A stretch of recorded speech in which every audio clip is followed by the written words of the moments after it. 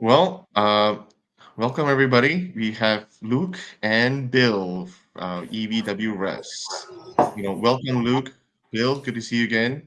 It's only Hey, maybe a Dex. week. Good to see you, man.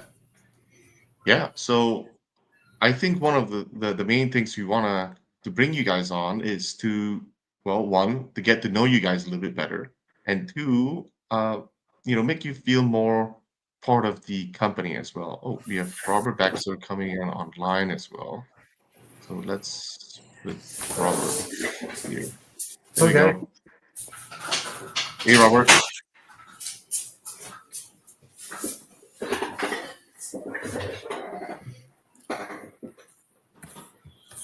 Trying to get out of the sun. How's everybody uh, doing? How's it going, good, Rod? good. Good. Thanks for. So where are you guys right now? I'm in my house. And where is that? So Oh, I'm people sorry. know. Western South Dakota, the Black Hills of South Dakota. Oh, okay. Uh, Bill, where are you at?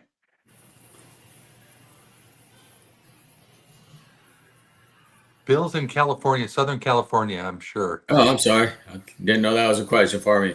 Yeah, Oh, actually, no, I'm actually in Central California, about right in the center of the state. Oh, oh, that's right. okay. So your We're tournaments are in close. Southern California.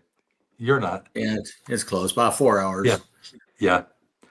And I'm in Salt Lake City, Utah. Great. And Dexter, are you in Malaysia right now? Yes, that's where I am currently. Moving about a little bit, but yeah, I'm still floating around Asia and always returning back to Malaysia. So, all right, let's get going. And here's the first question from Beto. Guys, can you please answer, was there any rule changes implemented or discussed for EVW 18, specifically regarding the decline humerus? No, there wasn't. That rule has been in place for at a minimum the last year, if not year and a half.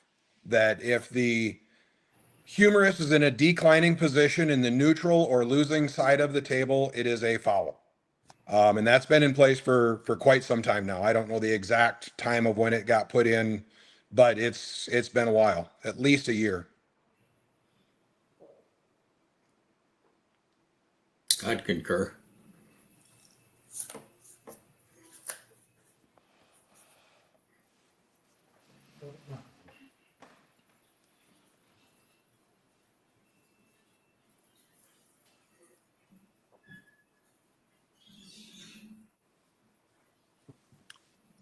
It appears as if maybe some of our people have frozen. Oh, Dexter? I think Dexter's frozen here. Well, maybe let's start. Luke, how do you want to do this? Do you want to? I think Bill wanted to talk about the decline humerus call. And Bill, do you want to go ahead and just dive right into that? I'm sure that's that'll be Yeah, coming up anyway. are we talking about the last match, Rob? Sorry. Yeah, with not the last match. Yeah, with Alex Kardeccia and Devin Larratt, their left-handed match. Yeah. So the first thing I want to say is, the East versus West, they hired the best referees in the world for a reason. To give a fair match to the arm wrestler, which is what they expect, and for the referees to proctor it in the fairest fashion as possible. So, the management side of the East versus West, they allow us to do our job because we're the subject matter experts on it. Now, when we start looking at Alex Kardeccia, I spoke with him the other day. I spoke with him again today after reviewing the video, and it was pretty blatant that Devin was in decline, and my focus was on Alex's shoulder and his elbow. He's such a big man, and his shoulders just cross take up that whole table that I actually fell short on calling Devin's decline immediately. And that was one of the things that really bugged me after I reviewed the video. My focus was on his shoulder, his elbow.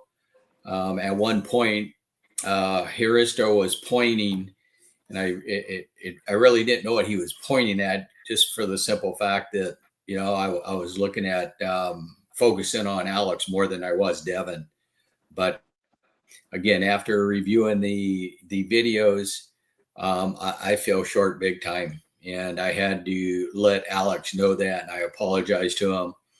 I also sent him a little video stating that there was actually two different mistakes that we noticed on Devin and Alex's match. And one of them was there was so much stuff going on the table, but they both got a warning. And I called the match on Devin for the decline, gave the win to Alex, and at the same time, Haristo said Alex's elbow came out of the pocket, so it was a coincidental foul, meaning that nothing counted. I think that's kind of what threw us off a little bit, because it happened more than once. And then when they were tied up again, Alex had a foul on his elbow, which Haristo called, and gave the match to Devin, which indeed it was only one foul for Alex, not for two. So this was a very horrible mistake on the referee's part, me being one of them. You know, we have two referees for a reason, and the head referee manages and starts the match. After the match is started, each referee has their own side of the table to manage, and both sides are just as important as the start. And again, you know, after the review on it, you know, we noticed a few things.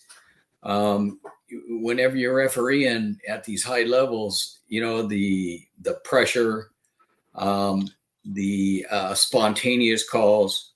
If you're focusing on one side, this was a huge lessons learned for me, because I've refereed hundreds of high level matches.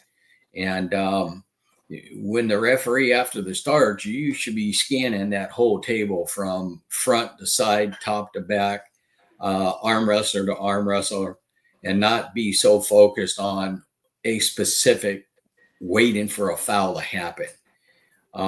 Again, it was lessons learned. You know, Haristo and I both realized what happened. This was, of course, after the event and looking at the videos. And I just hope, you know, according to Alex, you know, he says he's okay with that. He knows it wasn't intentional, and he knows it wasn't deliberate.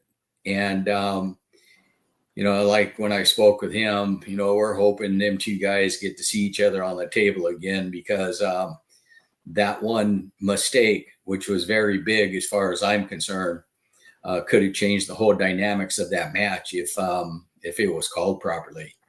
And, you know, I know East versus West, they rely on their referees to do the right thing and make the right calls. And again, man, I even hate to admit it, because it knocks my pride down to the ground that I was involved with a match that we had some mistakes on. But, you know, like Luke said earlier, I think the decline rule's been in the East versus West for some time. Ingen was very adamant when he set that rule. When it declines, there's no warning. You just give them a foul automatically.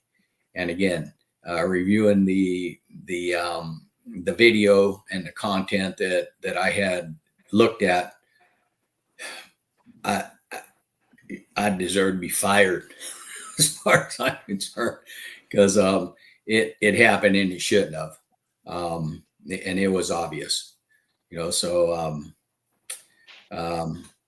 that apology went out to Alex, and that was a huge mistake on both of us parts. But I'll own it. You know, I don't want to look at Haristo as his mistake. I'm Bill, you're Bill. great. You've been a great ref. Appreciate it. But I can tell you, um, there's some checks and balances that of course, Luce and I have talked about, and closing the gap so something like that doesn't ever happen again. As far as the counts, the playback action, that kind of stuff. We've got some pretty good ideals to eliminate and mitigate that from ever happening again. What are Just what are some of the, you know, some of the changes if you were to propose? What would that look like to prevent Well, things? yeah, and it's common for the referee, the head ref, to announce the calls before you start the match. Basically, what I mean is, and using Devin as Alex for example, Devin one warning, Alex one warning, grip. Um, if something happens and they come back before the start again, Alex one foul, one warning, Devin one warning, grip. So making a call before each match, that will solidify the count to be accurate every time you start the match. The other thing, we had some discrepancy on the playback action.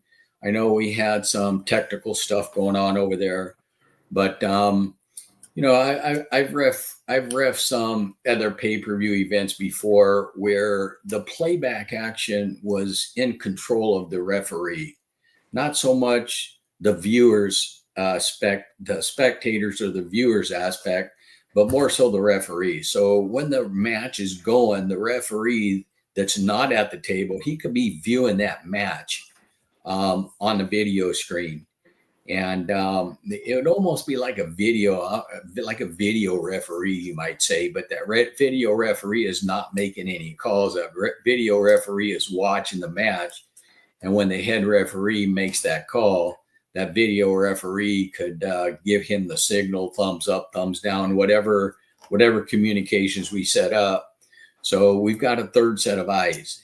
And then if we need to play something back, because things happen so fast on the table, the referee that's the video referee, he's in control of that stick where he could go back and forth without having to communicate with the whole staff. Them couple of things, if we were to have them in place, we could probably eliminate all missed calls, all mistake calls, all missed calls, and confirm after the call has been made. So the other, go ahead. I was going to say the other thing that having that referee on the screen would help with is if there is a protest, when the head ref walks over to view, that ref that's watching will probably already have an idea of what the answer is. So we'll be able to dramatically speed up the review process, the protest aspect of it, so that doesn't tend to drag on and make the event longer than it really needs to be. We're also aware of the show aspect, and that we need things moving along and not dragging on and stuff. And there's really nothing that drags on worse than referees looking at a screen, especially if the screen isn't working, to try and figure out a protest, or having way too many people over by the protest discussing it. That's really a one or two person position. Just the other thing before we get too far past what Bill was talking about earlier, when you referee at this level, I know myself, Bill, I'm not 100% positive for Hristo, but I'm very confident that it's also the case for him. We go back and review our matches, just like athletes do, to see what they can improve on. We go back and review our matches. It is not uncommon, even in normal run-of-the-mill tournaments, for me to review matches, or to call up Bill and say, hey, I saw this match that you refed. What happened here? And vice versa. I mean, between myself and Bill Collins and Leonard Harkless and Tim Talmadge and Sean Hancock and Keith Michelle, I mean, we really strive to hold each other accountable to the standards that we expect of ourselves. We're not just showing up on the day of an event and going, hey, let's ref again. I mean, we work on this year round to be better, to hopefully provide what the fans are after, which is a great match. Okay, let's move on to the next question. This question is for Luke. Andrew Volkov. He says, could Luke say about the Levant situation, specifically about the part where the refs didn't watch certain parts of replay, heard the rumors somewhere on the internet, not sure how true they are. Okay, so as far as that whole deal went with the Matt Mask and Irakli match, it was the very last, well, not the very last, but the pin call that I made for Matt Mask pinning Irakli that caused Levon and Irakli to be upset. Now, they were already strapped together, so before I can do anything, I have to unstrap them. It's a safety issue for the athletes. So that's important. I can't finish a call. I can't declare winner. There's a lot of things that you don't do as a referee before you take that strap off. And as soon as I made the pin call, in my head, I was making a note that I had to review that on the screen because I was not comfortable with the angle that I was at when I made the call. I wasn't 100% certain when I made the call. Now, unfortunately, emotions run high. Levon came and gave me a little tap in the shoulder. I told him to go back to his corner. He went back to his corner. I reviewed it. We were able to see what I wanted to see, so I don't know about not reviewing everything in the match. That's the first I've heard that on that particular match. We went up, we reran it. It was not a pin, we reran it. Matt won the next match. So Matt was ultimately the winner. And just with all the Levon stuff, I spoke with Levon several times. He apologized several times. He's as aware of anybody that you don't touch the ref in any sport. It's just not done. I had the authority at that point to disqualify Irakli from the match for unsportsmanlike from his corner. I didn't feel that was necessary, so I didn't exercise that. That is one of the beautiful parts of having some referee discretion, is we can make a decision on that. Is that really necessary, or was this it's just what happened? As far as I'm concerned, I'm pretty sure as far as Levon is concerned, him and I are good. And like I said, the match was rerun because it was not a pin. Like I said, I wasn't positive of my angle. That's why we were going to review it anyway.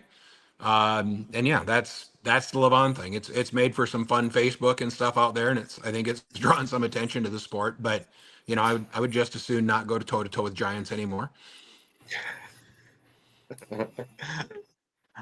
That's good. There are also quite a bit of questions going as far back in Georgia. Robert, should we address this right now, or should we save that for a different time?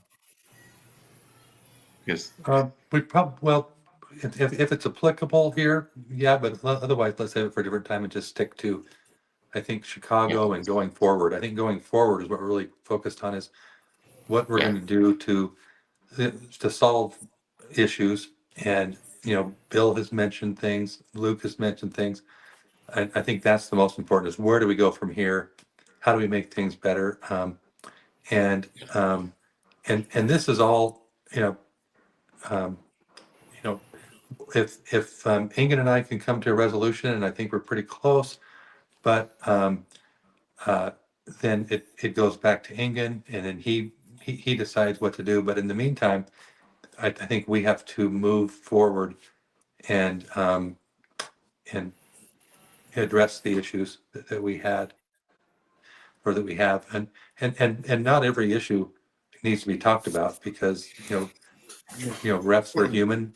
Humans are going to make mistakes. That's kind of in every sport. But if it's something pretty big, we want to deal with it, and we want to get solutions to keep that from happening in the future. Right. So in answer to this question, in Texas, we implemented a new system of you have 30 seconds to get your grip. Once you go to a referee's grip, you stay in a referee's grip for the remainder of the match. All of the rounds after that will stay in a referee's grip. That was made in an effort to speed things up. We know setups take a long time. The problem is from a fan standpoint versus an athlete standpoint, the athlete understands how important that setup is. There is just as much of the match that takes place in that setup is after the word go.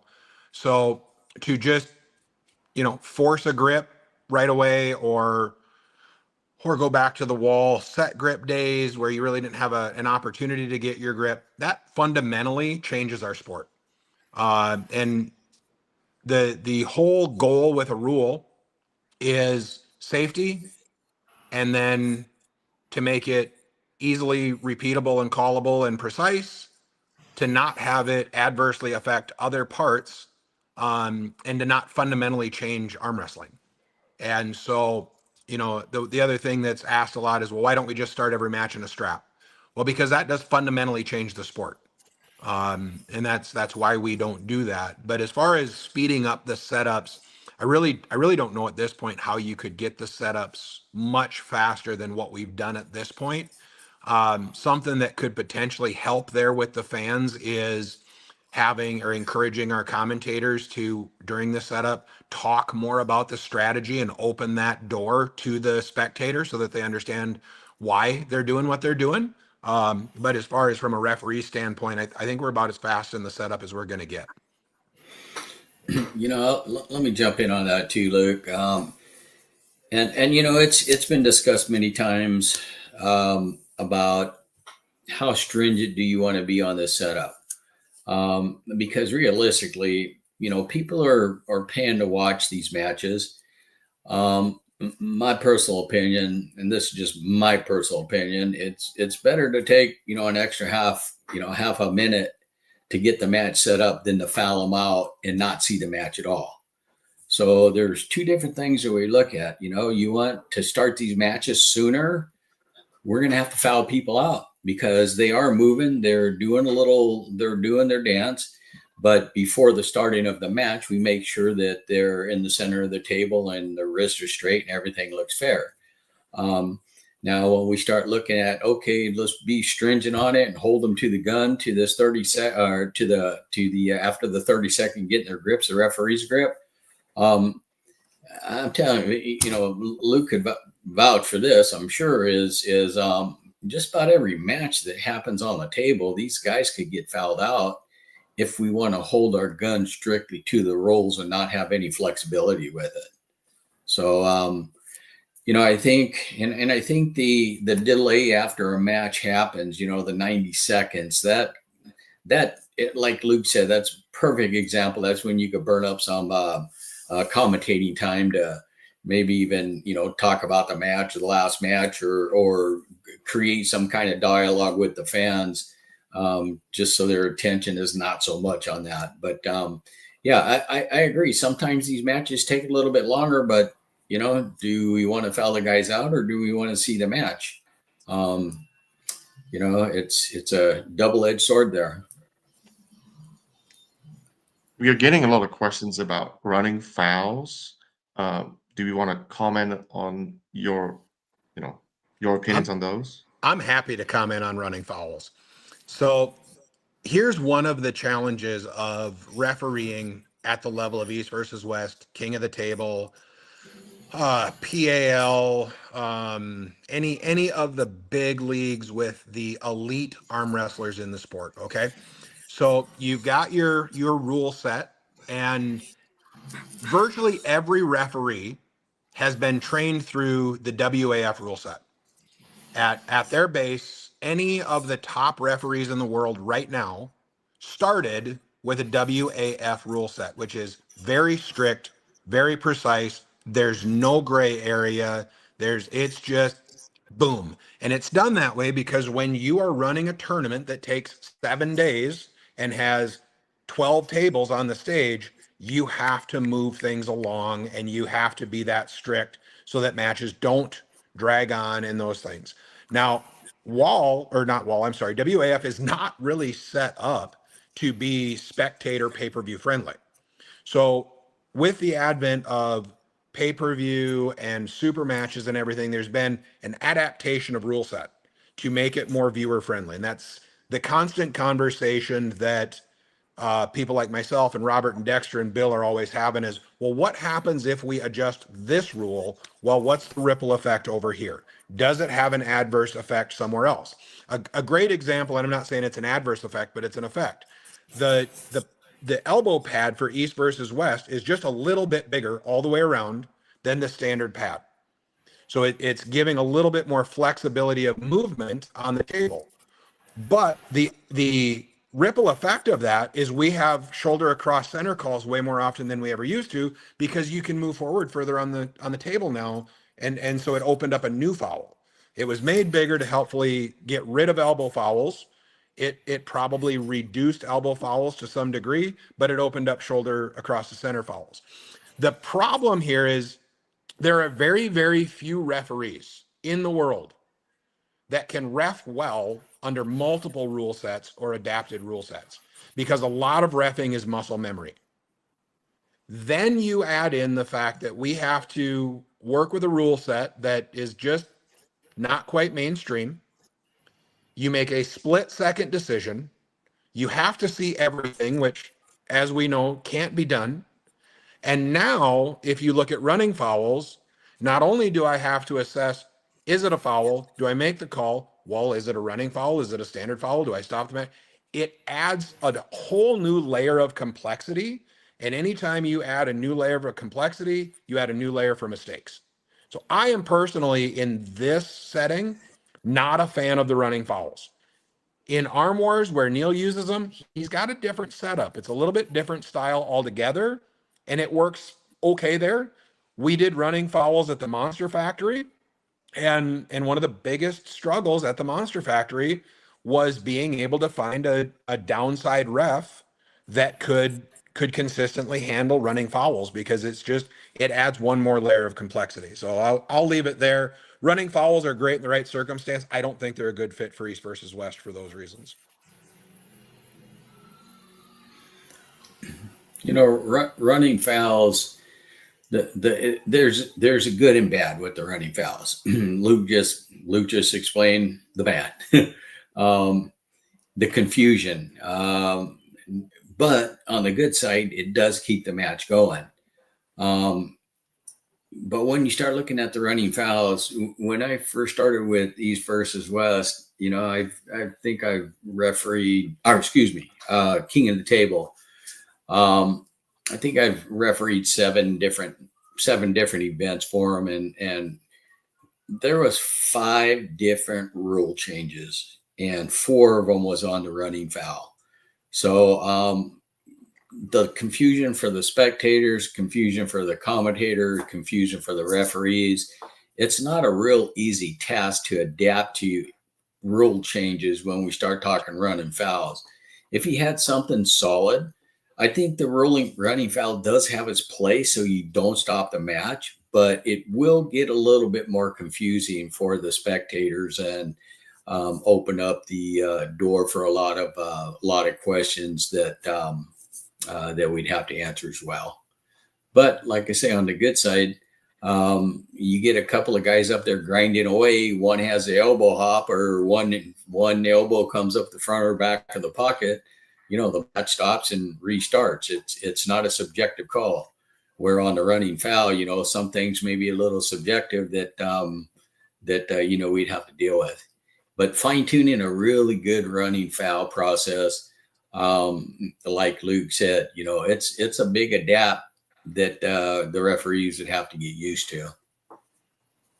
It's doable, but what set of running fouls are you going to run with? Because I've seen probably 5 of them already. Rebecca I love Rebecca. She clarified, they got rid of running fouls at the Monster Factory. Yep. Here's another, just to put it to bed, because there are now more people joining in. Devin has suggested potential rule changes. Potential changes to the rule. Has there been any discussion about rule changes for EVW 19?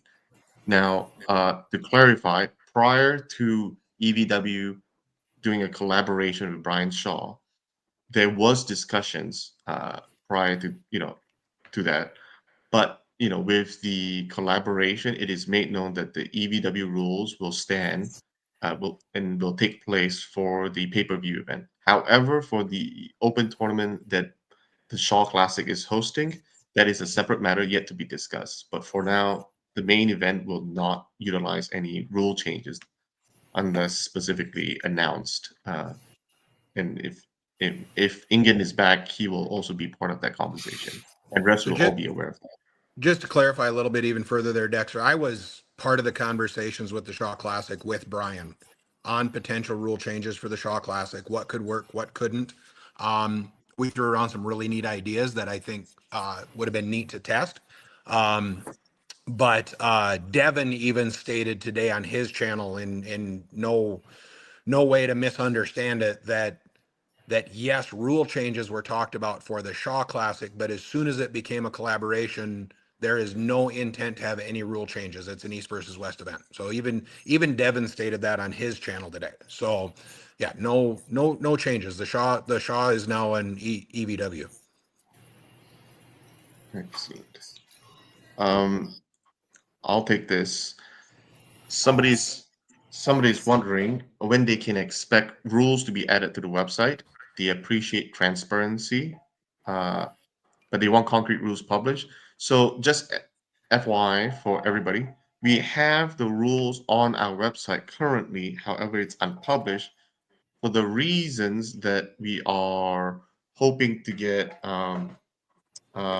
some verification and buy-in from everybody, and to make sure that there's no grammatical errors, and we are thinking of all possibilities, and everything will be documented. Once that has been vetted and proofread by everybody on the team, with the refs, and if Ingen's back, he'll definitely have a big part in reviewing those. Robert, I'm then we'll publish all the rules on the website, because I think it makes sense for everybody to, especially those that are learning and growing in the sport. They would like to know exactly how much they can push themselves and what is allowed and what isn't. So it makes sense. So stay tuned. That will happen. That will be the one of the next new projects that I'll be working on. What about this comment? We need to stop allowing pullers to foul when in a bad position. That make no sense. Can maybe either of you educate all of us about this comment? Yeah, so define bad position. It's pretty tough to do. What might look like a bad position to me Look, might not be a look, bad position. look, I think just reading between the lines here, I'm thinking if the opponent is in a bad position, not so much a break arm position, but in a losing position, and he can't recover from it, he lifts his elbow.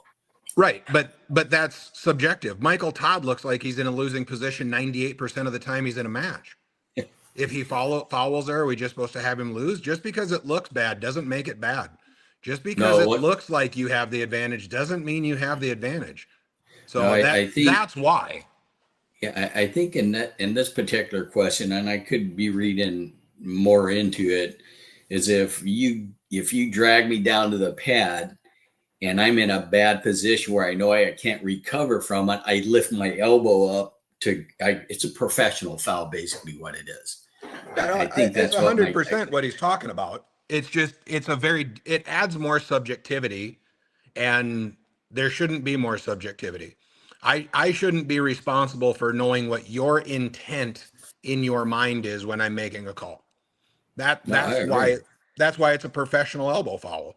Every arm wrestler does it at the right time. I've done it. I know Robert's done it. I would guess Bill has done it. It's just part of the sport. And personally, from an athlete spectator standpoint, I think it's one of the things that makes the sport even more fun and dynamic. Mm-hmm. Well, just so you know, Luke, I've never done it. I just want to we can discuss that offline, Robert. Yeah. That's because Robert never loses. No, I lose.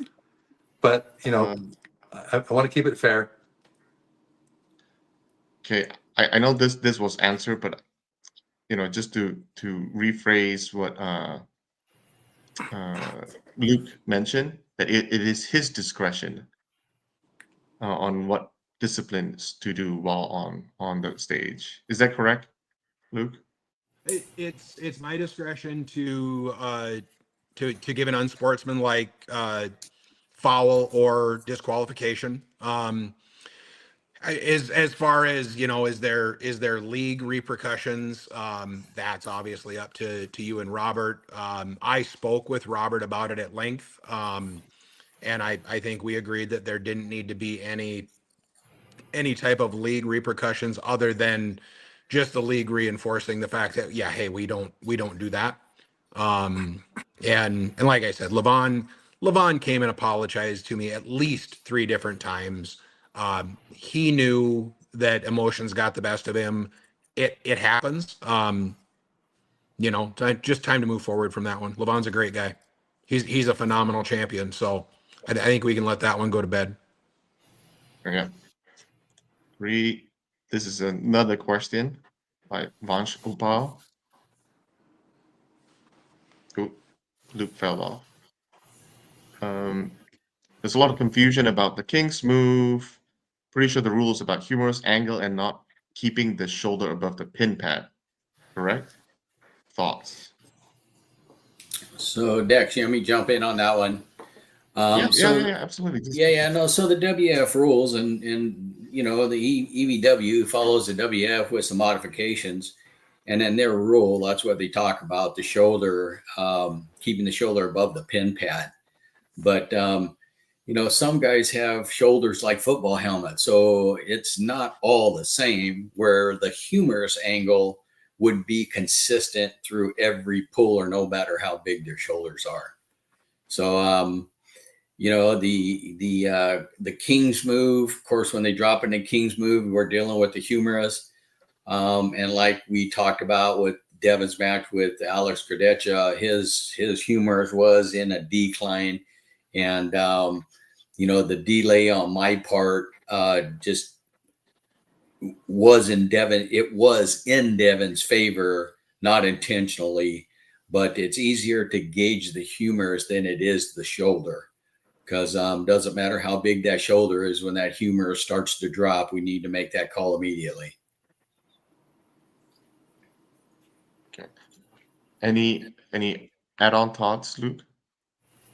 No, I think Bill covered it very well. It's really a pretty simple rule to call at this point. It's just the trickiest part is making the decision on if it's neutral or on the winning side, because that can be a very narrow margin. I think when people say it doesn't get called soon enough, in most cases, it's because while it's happening, we as a referee feel that they're on the winning side. They're not neutral, so it's not illegal. If it moves back a little bit is when we make that call. I would say that's probably the majority of the outside view looking in of why it doesn't get called soon enough.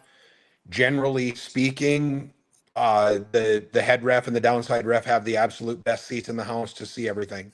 I just like another comment I saw in there is pins get called too high all the time, meaning they're not actually crossing the plane or touching the pad. I would encourage you to go to Bob Brown Arm Wrestling and watch the video that he put out about 2 years showing how much camera angle changes whether or not a pin is a pin.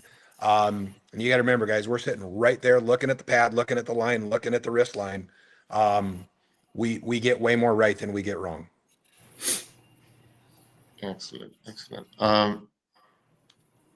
Next we have, going back again, it's a Devin question. And just to put things to bed, and just to get you guys to say, has Devin actively influencing the rules to gain an unfair advantage? I think it's a flat no. It's a flat no. I'm going to say absolutely not. And I can give a great example from behind the scenes there in Texas when I did the rules meeting and we talked about a referee's grip. One of the consistent arguments that Devin has about the referee's grip is when he's told to move his elbow. because he says there's, you can't tell me where to put my elbow. Well, in fact, we can. It's written in the rules, and I know that because I wrote that rule for East versus West. So I know it's there. I explained to him that we have to have even webbing and we have to be in the center of the table. Yes, he can lower his hand instead of moving his elbow, but we still have to be center. So it's a combination of both. As soon as that was explained to Devin in that way, he went, okay, perfect. What more can I ask for? And he went on. He didn't try to influence the refs. He didn't try to get the rule changed for that event. It didn't happen. Well, and if you didn't cave to Levon, I'm pretty sure you won't cave to Devin. Levon's your face. Let's see. There's another, just an open-ended one. Maybe we'll start with Bill. Bill, if you could do one rule change, what would that be to help arm wrestling as a whole? And then we'll go to Luke. That's interesting.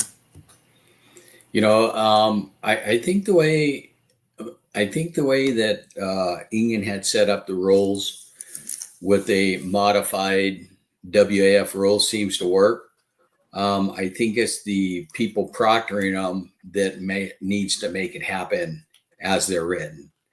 Not a whole lot of rules, I would say, to change if you guys want to see the match go on. So as far as I'm concerned, subjectively, the WF rules, modified WF rules, the way we got them, is not a bad deal, because there is a couple of fudge factors that the modifications did, and that's one of them with the elbow hop. Some people think that an elbow hop is from one side of the pad to the elbow or to the other side of the pad. It's impossible to do that without some kind of position gain. When we start looking at elbow hop, that means, on the start, it's up and down, or if they're in a match, that elbow comes up for a fraction of a second and back down without any position gain. Them are a lot of benefited factors to the WF rules, because as Luke mentioned earlier, they're so stringent and they're so tight. They're easy to referee. When we start adding add-ons to it, them are the rules that are always questionable. As far as I'm concerned, Luke, you could jump in on this. I think the way Inga's got them rules set up is not bad at all. I don't think the current rule set is bad at all, but if I were to make a change to improve supermatch arm wrestling, first of all, I would love to be able to claim credit for this entire idea on my own, and I can't do it because it wasn't just my idea. It was first brought and then discussed in a room with Neil Pickup, Brian Shaw, and Devin. And that would be to add a consent light to the table. All the time in matches, we have where maybe I'm carved in just a little bit. My opponent doesn't care. My shoulder's out just a little bit, and I'm saying just say go. And my opponent's just say go. We just want to go, but the referee needs our shoulder square. The referee needs this, the referee needs that. That's the way the rules are. That's the way it should be. But if somewhere on my side of the table, on my pin pad, on my peg, on the side of the table, if I was happy, I could hit it and a light on the table came on. And if my opponent's light came on, the referee says, don't move, go. Consent. I'm happy, he's happy, let us arm wrestle. I would love that. I think it would make the sport more dynamic. We're constantly trying to square the shoulders. The problem is when we made the pads from center to offset, biologically speaking, squared shoulders don't work very well anymore.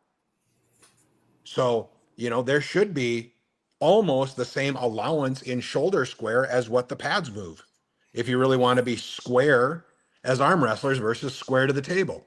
So that's just a small thing, again, where one rule changed something else that wasn't thought about, the consent light. And again, I would love to take full credit for that. Can't do it because it was and that idea could very well have initiated with Devin. I don't know who first came up with that concept, but we had a long discussion about it. I've had long discussions with Brian and Neil about it. I think that could be a really interesting way to move the sport forward on the elite super match level. Not in a tournament setting at all. That would be awful. and this is a follow-up question. Why do do we see shoulders turn inwards instead of squared onto the table?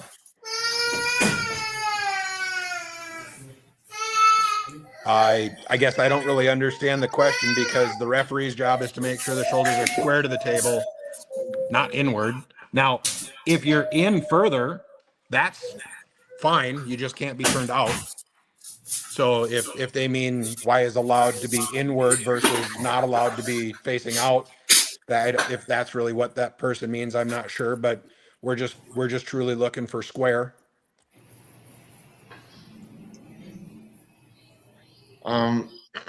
Here's another one.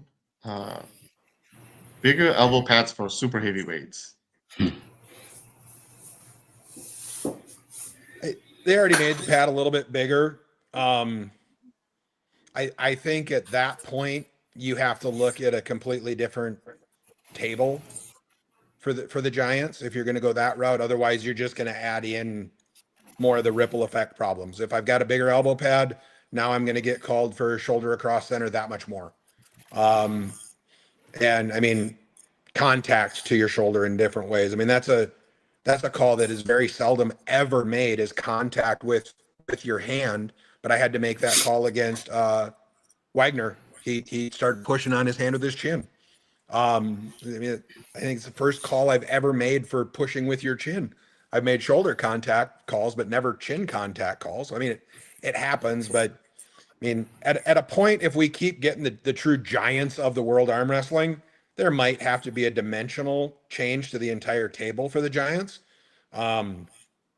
But I don't think just making the elbow pad a little bit bigger for him is going to matter. Yeah, I think to fix one problem with the bigger elbow pad, you're creating another one. Because we know that, the arm wrestlers are going to use every inch or every millimeter of that elbow pad to their advantage. So if you create a bigger elbow pad, I think we're going to be creating more shoulders crossing over the center of the table because they got more surface to work with. So, creating, trying to fix one problem could be creating another when we start talking bigger elbow pads. Great. What about this comment? 3 fouls, not 2. We've had that discussion. I know Robert and I have had that discussion at length. If we went to 3 fouls instead of 2, I would be an advocate for going back to movement in a referee's grip being a foul, not a warning anymore. So, it's kind of got to be one or the other. Otherwise, again, the matches just drag on and drag on and drag on. And the more latitude you give for fouls and warnings, the more control you take away from the referee, and the more control that the referee doesn't have, the more chaos you have on the table, and the less you actually get to watch arm wrestling. Yeah, I'd have to agree with Luke, because right now we gave him the flexibility. That's one thing that Egan did with the rules was, moving in a referee's grip is not a foul where all the other rule sets are. So basically, they're getting more than 3 fouls when you start talking about referee's grip, because you move, you get a foul. You move again, you move, you get a warning, you move, you get a foul, you move, you get a warning, you move, you get a foul. So, there is actually 3 fouls in that referee type of setup. Now, not for the rest of the matches, but for the referees it is. I mean, for the referee grip there is. So, I'd have to agree with Luke on that one. Okay, so somebody just put this question up, and I don't know if you've seen it, but it says, some of the worst refereeing of East versus West ever, way too many calls made. So is it a referee problem if we're making the calls, or is it the athlete problem for not following the rules? Is it my fault I'm making the call? I don't think so. Whoever put that, I mean, let's think that through a little bit. That's an interesting one. Here's another one, and maybe to get your opinion, by Rich Riser. What about an elbow pad with a little raised border so it's not easily slipped out? I'm a big fan. Go ahead. I was going to say, I'm a big fan. Bill remembers pulling in cupped pads. I don't, because I'm not as old as Bill. But I have seen prototypes of a square pad with a 1/4 inch lip all the way around it. I've had the opportunity to arm wrestle on those pads. It eliminates the elbow bobble call. If your elbow comes above that line, that's the call. Anything below that, you don't even have to worry about. So it takes discretion out of the picture. The biggest problem with that pad has been getting it built in a way that it can stand up to the rigors of arm wrestling. I agree. But it's Okay. a phenomenal option of a solution. I love the lip around the pad idea. Uh, Luke, this is one of the supporters who had the same idea as you. Blame the rest for too many calls and blame them for no calls. That's essentially what you're saying. Well, In the MC, I game. hate being a ref too, but here we are. You know, to answer that question too is the referee calls what he sees. The referees are going to miss the calls. I mean, it's natural. We're going to miss some calls, but if there's a call that happens, there's a reason for it because we've seen it. So that's part of the game. Yep, there's a lot of support for you guys out here. Let's see. Next Well, that's a question. nice change as a ref. There is a lot of support for you guys actually. But usually the negative guys usually are a little bit more vocal, and so it kind of skews the perspective of what the Yeah. the fans and attendees are actually, that their true sentiments are. This one is another easy question to just discuss. Yeah, agreed. And plus, what happens if you've got a short, fat guy that's super heavyweight? Yeah, that's going to be tough. Yep. So maybe a follow-up question for me is that the risers only currently have two settings, two height settings. Would it be practical to have a little bit more than two?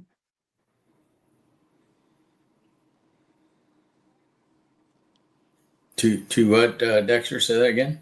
Two height settings, more than two height settings for the riser. It's either high or it's down, right? Oh, for the riser you're talking about. Yeah, right. Yeah, you know, usually it's been determined when a person can use a riser and when they can't. And, it's been set years ago where if your belt line is at least at that tabletop, you can't use a riser. Some people still do it though. But then again, it doesn't give you a dimension change on the tabletop itself. By using a riser where your belt is above the table, is going to bring your shoulder a lot easier to cross over that center line. So in order for that to happen, if there's going to be, and Luke touched on this earlier, if that's going to happen, it needs to be a whole new table design. And everybody uses that same design. And if they have to use a riser to get up to the table, we need to have a standard on what is allowed and what's not. And the only way you can measure that thing is by the belt line, because like Luke said earlier, you may have a 300-pound 5'3" guy and a 300-pound 6'5" guy. So the dynamics of the individuals definitely not going to be the same. Okay, we are approaching the 1 hour mark, so I want to slowly just close it out. So one I've seen come up a couple of times here, Dexter, and this last one they actually had you, and it says it should be a win if the opponent intentionally fouls in a losing position. That is a rule. That rule is already in existence. Losing position is defined from the top of the pin peg, top of the hand peg to the top of the pin pad is losing position. Any foul that takes place in that space is a loss. So that's ship to Ben win. Wow, did I butcher your name? We already have that rule. It's already in place. Yeah. Well, one question that Alex Kurtacha asked me, earlier today. He said, "Why couldn't we have this earlier in the day so Europeans can see it live?" And I answered that, so I probably should answer that for everybody. And that is that for Bill and for Luke to make that work for their schedules, this was really the only time we could do that. So it wasn't so Europeans couldn't see it live. We do want that. In fact, Alex mentioned something else, that we should put this um, in subtitles in Russian. You know, a lot of the Eastern Europeans, you know, whether it's Georgia or Kazakhstan, can understand Russian. So, do you want to address that, Dexter? If we can just do a little program to get that Yes. added.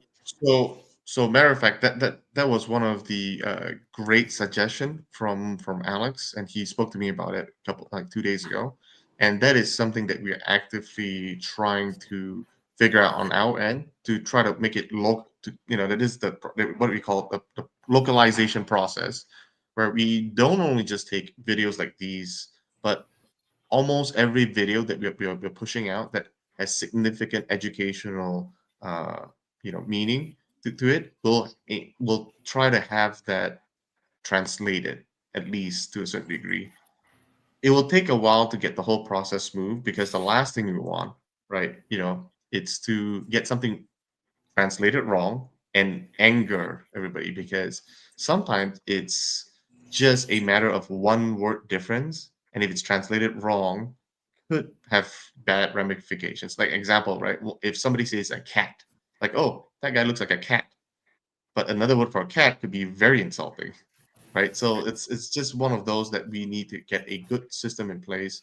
It will take a little bit more time to release videos, but at the same time, I think it's good to have uh, the subtitles to bridge the cultures of the East and West a little bit, so they can understand what we are trying to achieve. And to them, I don't think anybody, you know, in the world would argue that transparency is a good thing. So yes, so we will start looking into how to get our stuff translated now. However, if any of you out there who's a native English and Russian speaker and would like to volunteer their time to help us review translational work, happy to have you on.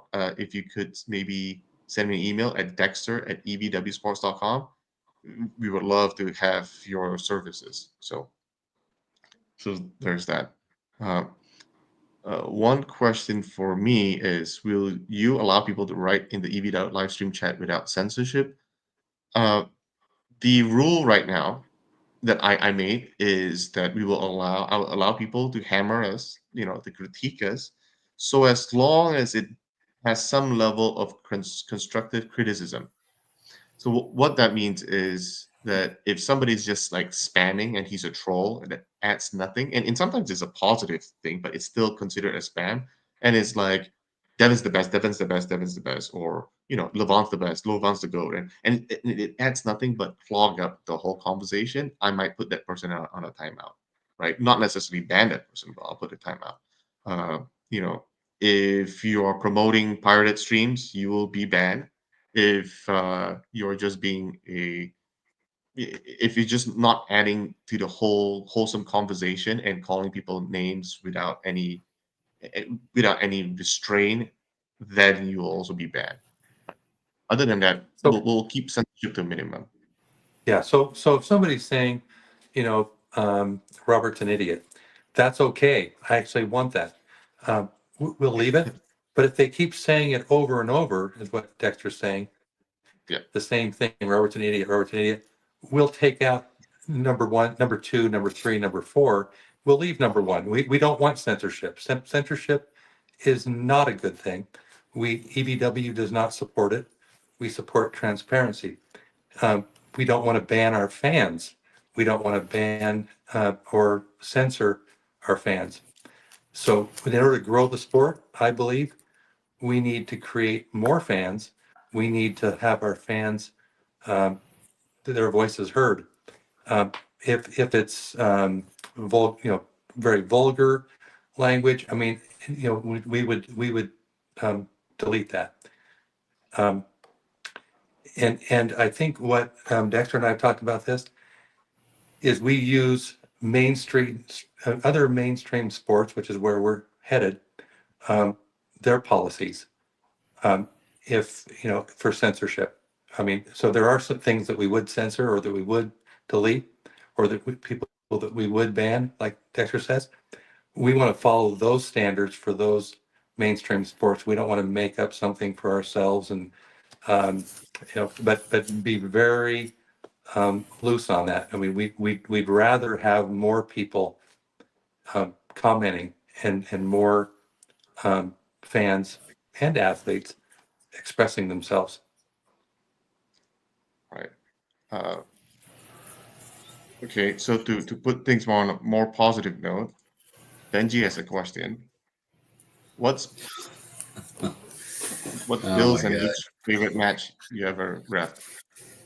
You know, man, I've refereed a lot of matches, and you know what's ironic is I don't remember a lot of the matches that I ref because I'm into the match more than the arm wrestler. But I would have to say, the one that just sticks in my mind is Levon and Ermis at KOT in Dubai.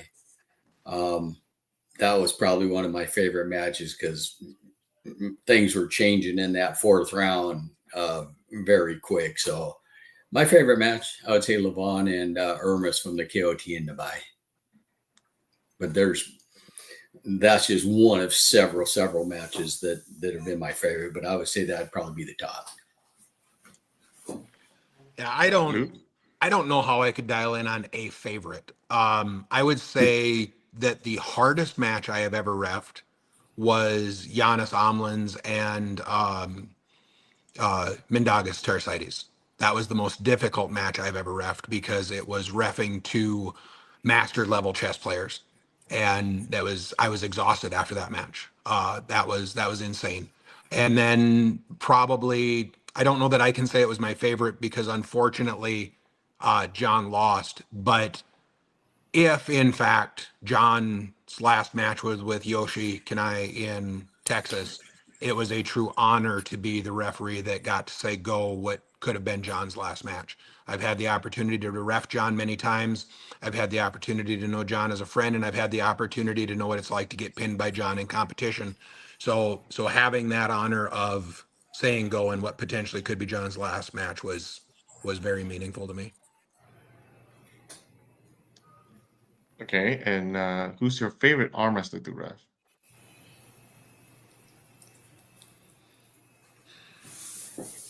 Everybody's pausing because there's a lot of good one.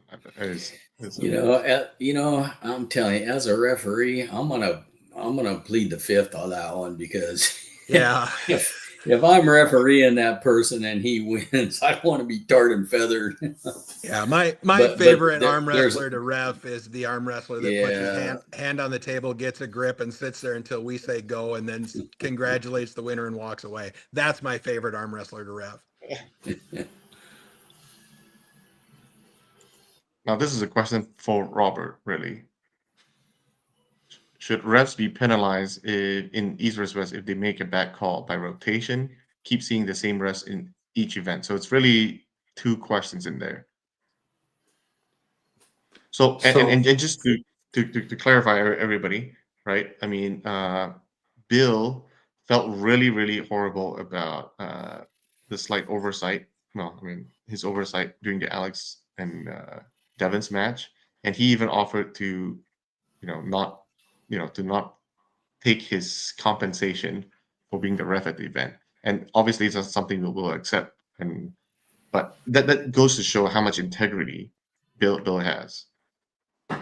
Yeah. Oh, thanks, Doug. So obviously, yeah. So Bill's character is, unquestionable, and I obviously refused to accept his offer to have no compensation for that match because he felt it was a very bad call. Which, those things are done. I mean, everybody makes mistakes, and Bill came forward before I did and actually said, "Hey, I made a really bad mistake here." Risto did the same thing, made a video. If it's just a small mistake, those are going to happen, and we're not going to say anything. I mean, there's nothing that needs to be said. What we want to do in this case is, um, in these two calls, the fouls and the declined humerus for an extended period. We want to really just identify, be transparent about it, take ownership of it, and then find solutions to hopefully keeping those types of mistakes from happening again, or at least greatly minimizing the chance for those to happen again, which is really the purpose of the lessons learned meetings that we've had since with Bill um, and Luke and Hristo had already made his videos.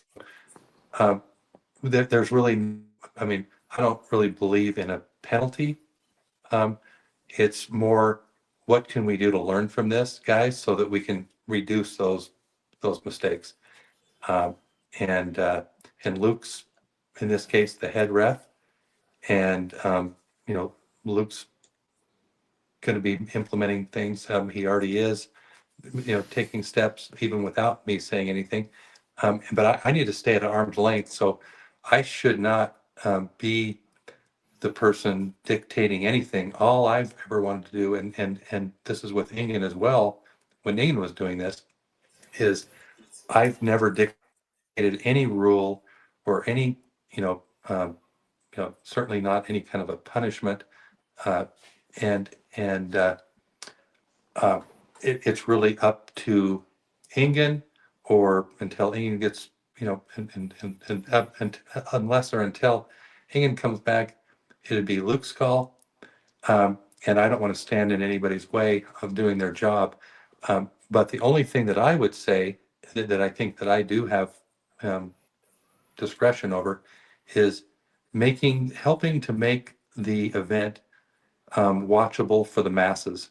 Because, I mean, our job, or my job, I feel like, with East versus West and EVW Sports, is to help streamline this so that it's watchable for a much greater audience. And because of our production issues, it actually went longer than normal. We certainly will correct all those issues and work on getting that down, to a more manageable time frame. One of the things that we can do also is have preliminary matches. We've got a footprint that works very well with UFC. It's already been proven. They can keep their matches down as far as the pay-per-view portion of it. But one of the ways that, the things that I asked Ingen, without telling, really what to do, just what we want to end up with is, more action, less downtime between rounds and between matches. And what he came up with is, let's go to a ref's grip right from the beginning, just straight ref's grip. And we talked about it, and I thought, you know what, why don't we start with a ref's grip, or excuse me, the opponents can get their grip, if they can, within 30 seconds. If the refs decide, you know what, it's not going to, this is not going to, ever get to a grip that the athletes can agree to, they have the discretion to go to ref's grip sooner. It's really ref's discretion. And so I advocated with Ingen to not go straight to ref's grip. Just look, first round, if they can't get ref's grip, well then, or they can't get to a fair grip, then it goes to ref's grips from that on. So anyway, that's my take, and but that's as far as I want to get involved with the rules, or with the with the reffing. It's really just a matter of getting us, this is what we're after. This is really the, the end goal. And, let's find a way to get us there without altering the, the integrity of the sport, and the, without having any kind of a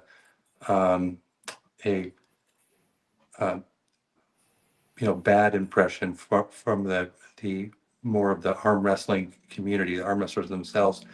We want to make it fan friendly, but also arm wrestling friendly and for the arm wrestlers? Um, this is a pretty good one for any aspiring refs. Ray Romanowski has a question. He wants to know from Luke and Bill, does it take to be a good ref? Well, if you listen to people talk about our reffing after some of the matches we ref, we have no idea, evidently. No, I'm just kidding. But for me, I was blessed in the fact that the referees that took me under their wing to teach me to ref at the time that I started were all WAF master referees. I had Leonard Harkless, Keith Michelle, Gary Waddles, and Bob Koschel, rest in peace, were the 4 referees that I first refed with for a couple of years.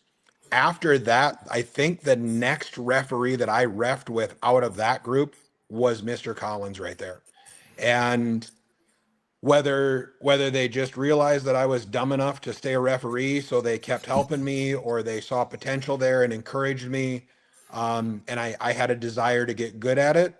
But what's it take to be a good ref? I think you have to want to be a good ref.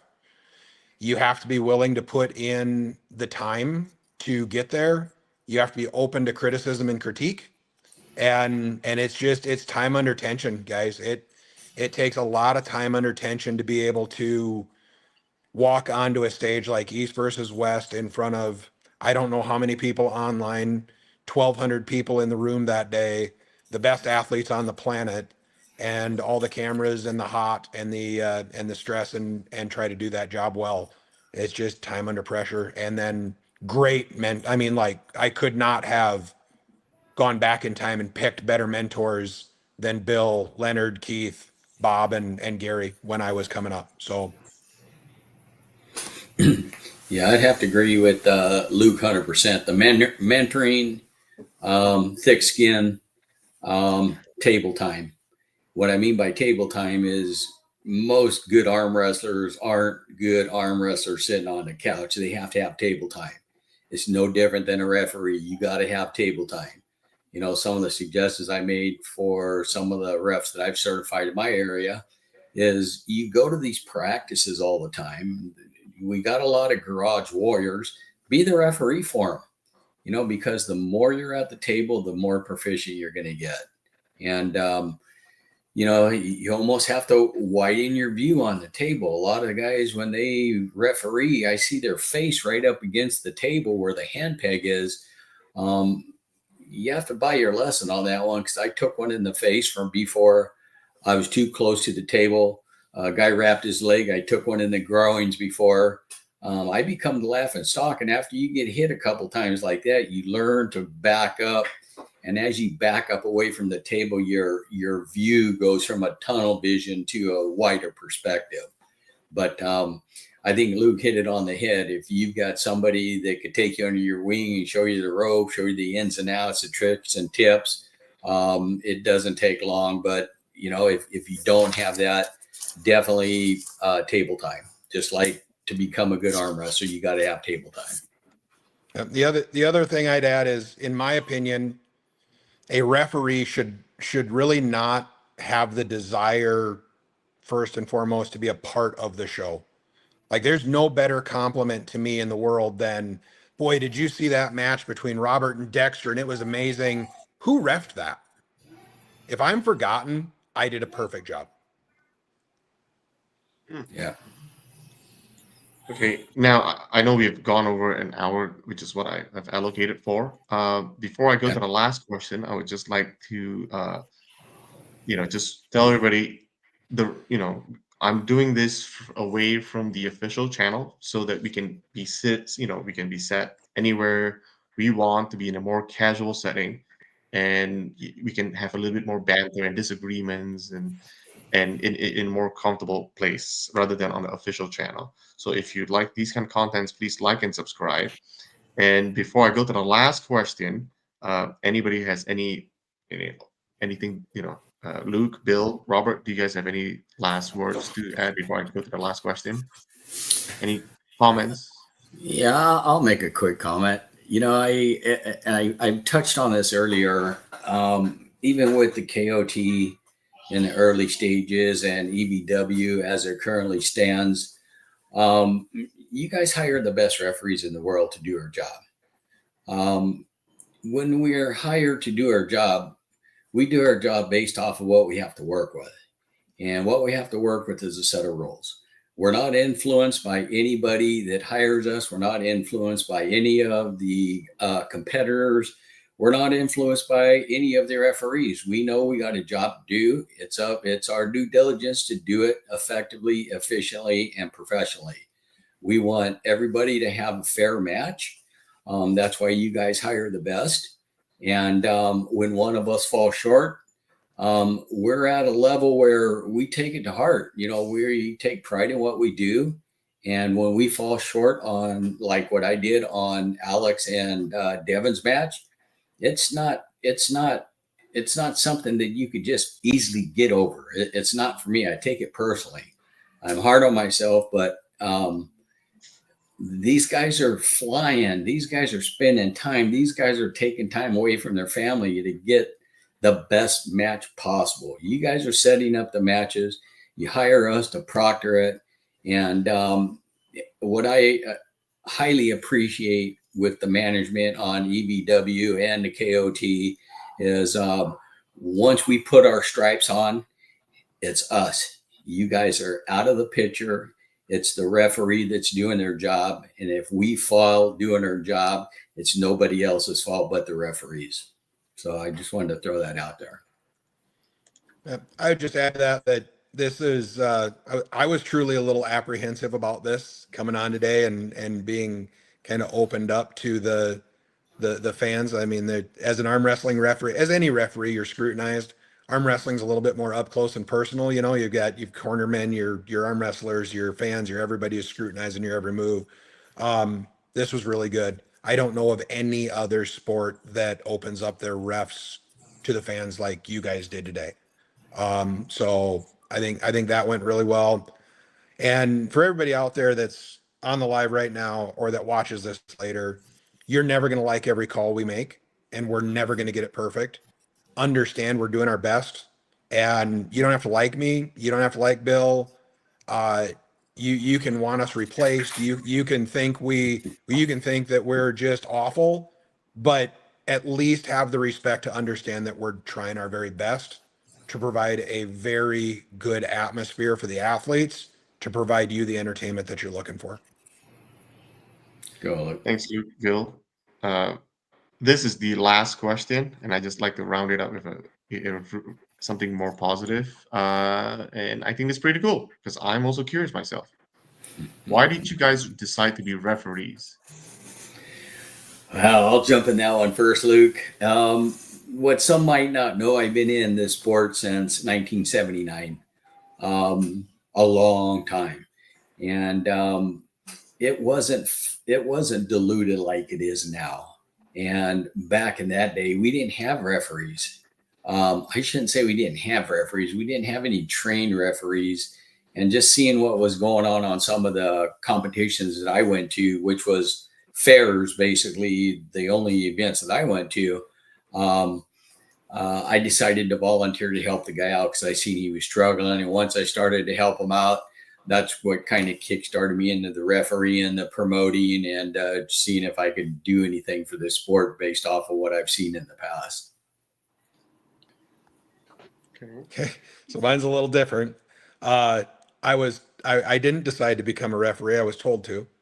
I was at an event. I went 2 and out when I probably shouldn't have. And Leonard walked over and said, "You're going to down ref for me today." And I went, "What?" And that was where I started reffing. And from there, anytime that I was at an event, Leonard had me ref with him. And then it evolved to a spot where I was good enough that they would bring me to an event somewhere else. They'd pay for my plane ticket or they'd pay for my hotel if I could get there. And it allowed me a way to be able to travel and get experience arm wrestling better people when I really couldn't afford it, starting my business and starting my family. Refereeing was an avenue for me to be able to afford travel in the sport. And it just turns out that I got okay at it. And here we are. Great. That's great. Well, So, that's what, Robert. Go ahead. Go ahead. so yeah, I just wanted to thank both of you for coming on. Bill, Luke, appreciate you coming on and being, a little vulnerable, but transparent, because I think that's what we need, and that's what that's what the fans want, and also that's what the athletes want. So I appreciate you doing that, and Bill for volunteering to do that. I mean, I didn't ask you to. Um, you were going to make a video like Christo. I didn't ask Christo to either, uh, and so I appreciate Christo for doing that. So thank Excellent. you guys for agreeing to come on and really open up and just tell it like it is. No, thanks for being you guys. Thanks, Luke, Bill. Thanks, Robert. Thanks, everybody who's watching. Remember to like and subscribe. See you ever, guys. Hi, gentlemen.